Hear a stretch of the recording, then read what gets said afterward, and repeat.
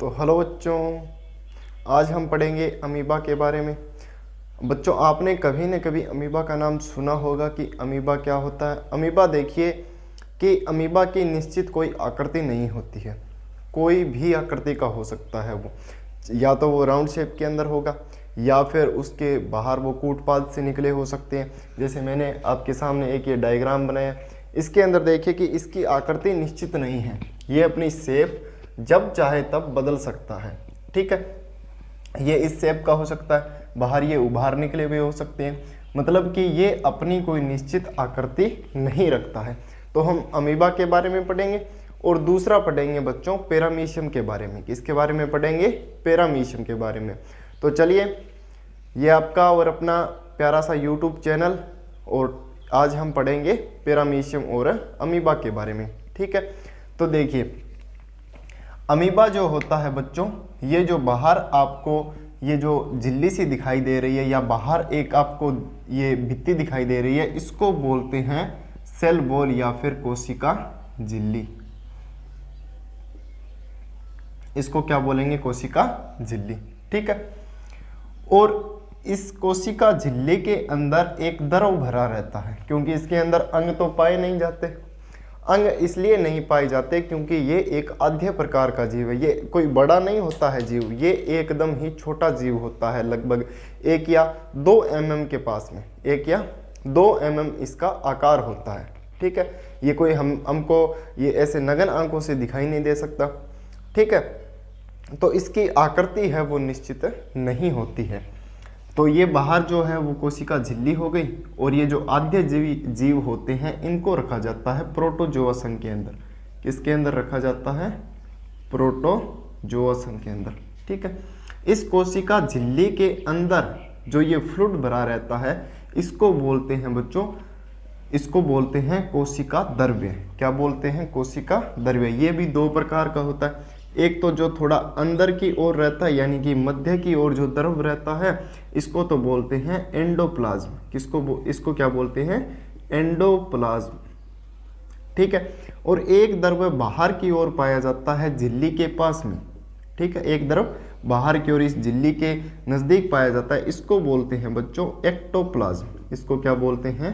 Ectoplasm. ठीक है, इसके अलावा इसके अंदर एक केंद्रक पाया जाता है। ये जो आपको दिखाई दे रहा है, ये क्या है? एक केंद्रक है।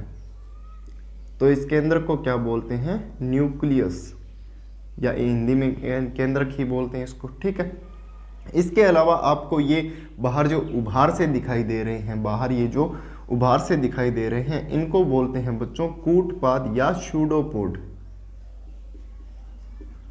शूडोपोड या कूटपाद। ठीक है, ये कूटपाद किसके अंदर मदद करते हैं? इनको भोजन ग्रहण करने के अंदर मदद करेंगे। कौन? शूडोपोड। तो ये बाहर जो आउटर लेयर दिखाई दे रही है, ये हो गई सेल वॉल या कोशिका झिल्ली। ठीक है, और एक न्यूक्लियस होता है इनके अंदर, बीच के अंदर जो द्रव होगा इनको एंडोप्लाज्म बोलेंगे, और जो बाहर भित्ति की तरफ होता है इसको क्या बोलेंगे? एक्टोप्लाज्म। ठीक है, इसके अलावा इनके अंदर फूड वैक्यूल्स होते हैं, यानी कि खाद्य रिक्तिकाएं, फूड वैक्यूल्स या खाद्य रिक्तिका होती है। अब कुछ बात करते हैं इसके कैरेक्टर्स पर, कि इनके कैरेक्टर्स या लक्षण क्या क्या हो सकते हैं। देखिए, मैंने आपको बता दिया कि ये रहता कहाँ पर है, यानी कि आवास कहाँ है इसका? आवास ये बच्चों पानी के अंदर रहता है। किस में रहता है? पानी के अंदर, या फिर झीलों में, ठीक है, पोखरों में या तालाबों में। तो ये एक प्रकार से पानी का जीव है। ठीक है, और इसको रखा गया है प्रोटोजोआ संघ के अंदर। तो इनको क्या बोल सकते हैं हम? प्रोटोजोन्स बोलते हैं। क्या बोलते हैं? प्रोटोजोन्स बोलते हैं। बात करें इसके आकार की, आकार कितना होता है?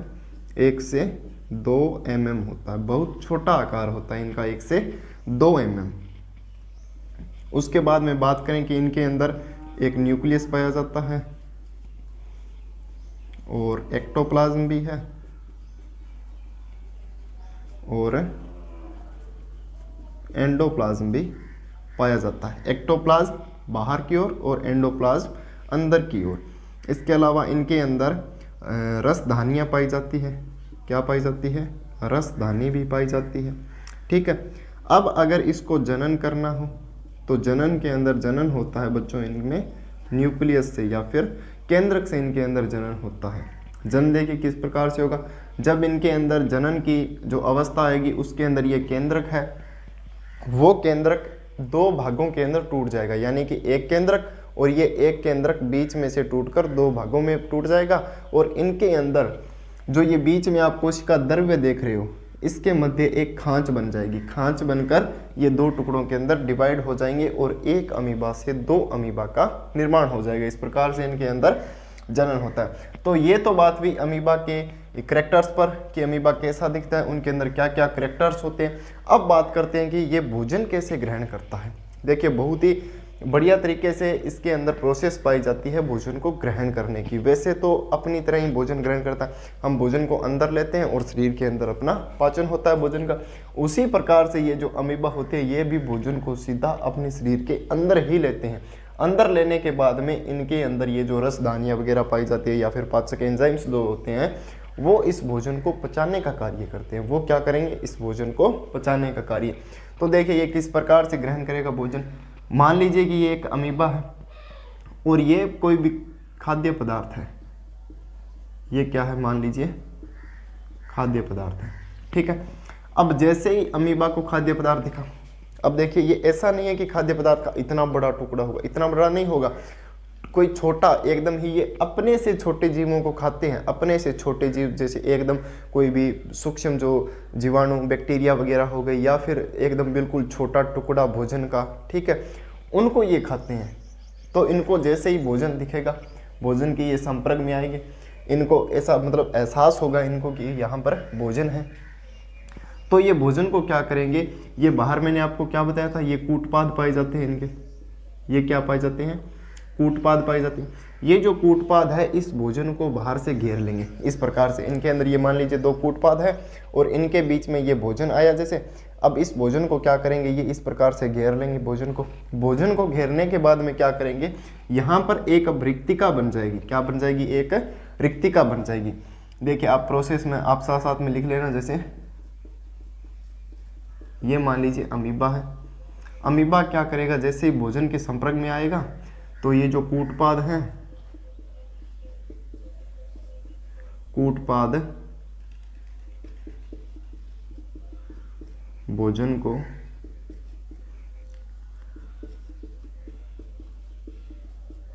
घेर लेते हैं। घेरने के बाद में क्या हो जाएगा? खाद्य रिक्तिका का निर्माण, खाद्य रिक्तिका बन जाएगी। अब जैसे ही इसने घेरा तो ये बन गई खाद्य रिक्तिका। अब ये खाद्य रिक्तिका बनने के बाद में क्या होगा? ये खाद्य रिक्तिका इसलिए बनती है क्योंकि ये जो जटिल पदार्थ होते हैं या फिर जो भोजन के बड़े बड़े अणु होते हैं उनको छोटे छोटे अणु के अंदर तोड़ने का कार्य करता है। कौन करता है? खाद्य रिक्तिका। ठीक है। जो भी बड़े भोज्य पदार्थ होंगे उनको छोटे छोटे टुकड़ों के अंदर तोड़ने का कार्य करेंगे। ठीक है। तो ये खाद्य रिक्तिका बनी और ये खाद्य रिक्तिका है वो जटिल अणुओं को, जटिल अणु या फिर बड़े अणुओं को छोटे छोटे सरल अणुओं में तोड़ देती है।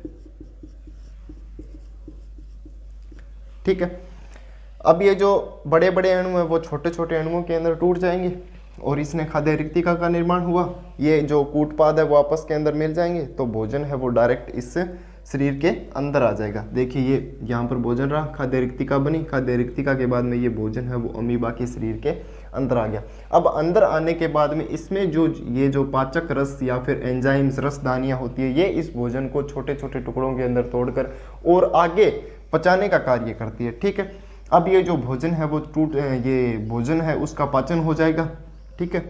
अब ये जो अपचा भोजन है, अपचा भोजन है,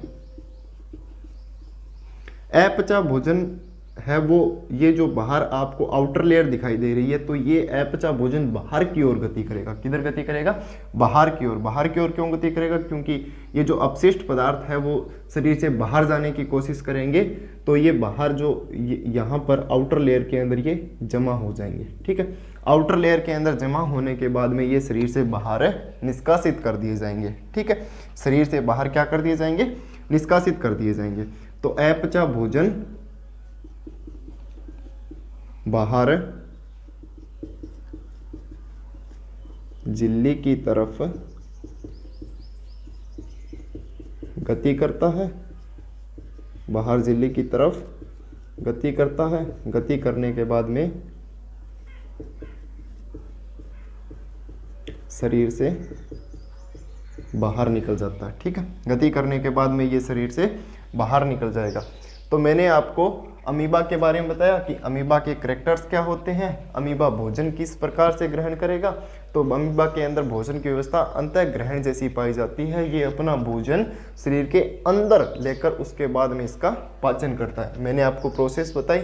तो आपको पूछ ले कि कूटपाद किस काम आते हैं, तो कूटपाद इनमें भोजन को ग्रहण करने के काम में आते हैं।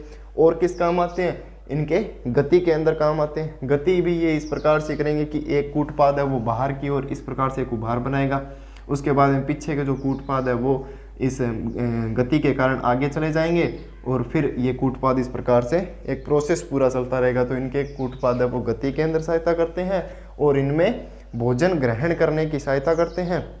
और इनके अंदर जनन किस प्रकार से होता है बच्चों? न्यूक्लियस है वो 2 भागों के अंदर बंट जाता है, और उसके बाद में कोशिका द्रव्य भी 2 भागों के अंदर बंट कर इनके अंदर एक अमीबा से 2 अमीबा का निर्माण हो जाता है। ठीक है, तो ये पूरी प्रोसेस थी अमीबा के बारे में। तो आपको समझ में आ गया? आप इसको नोट डाउन कीजिए या फिर स्क्रीनशॉट ले लीजिए।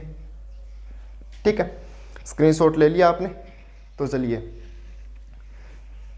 आगे हम देखेंगे बच्चों पैरामीशियम के बारे में। पैरामीशियम क्या होता है?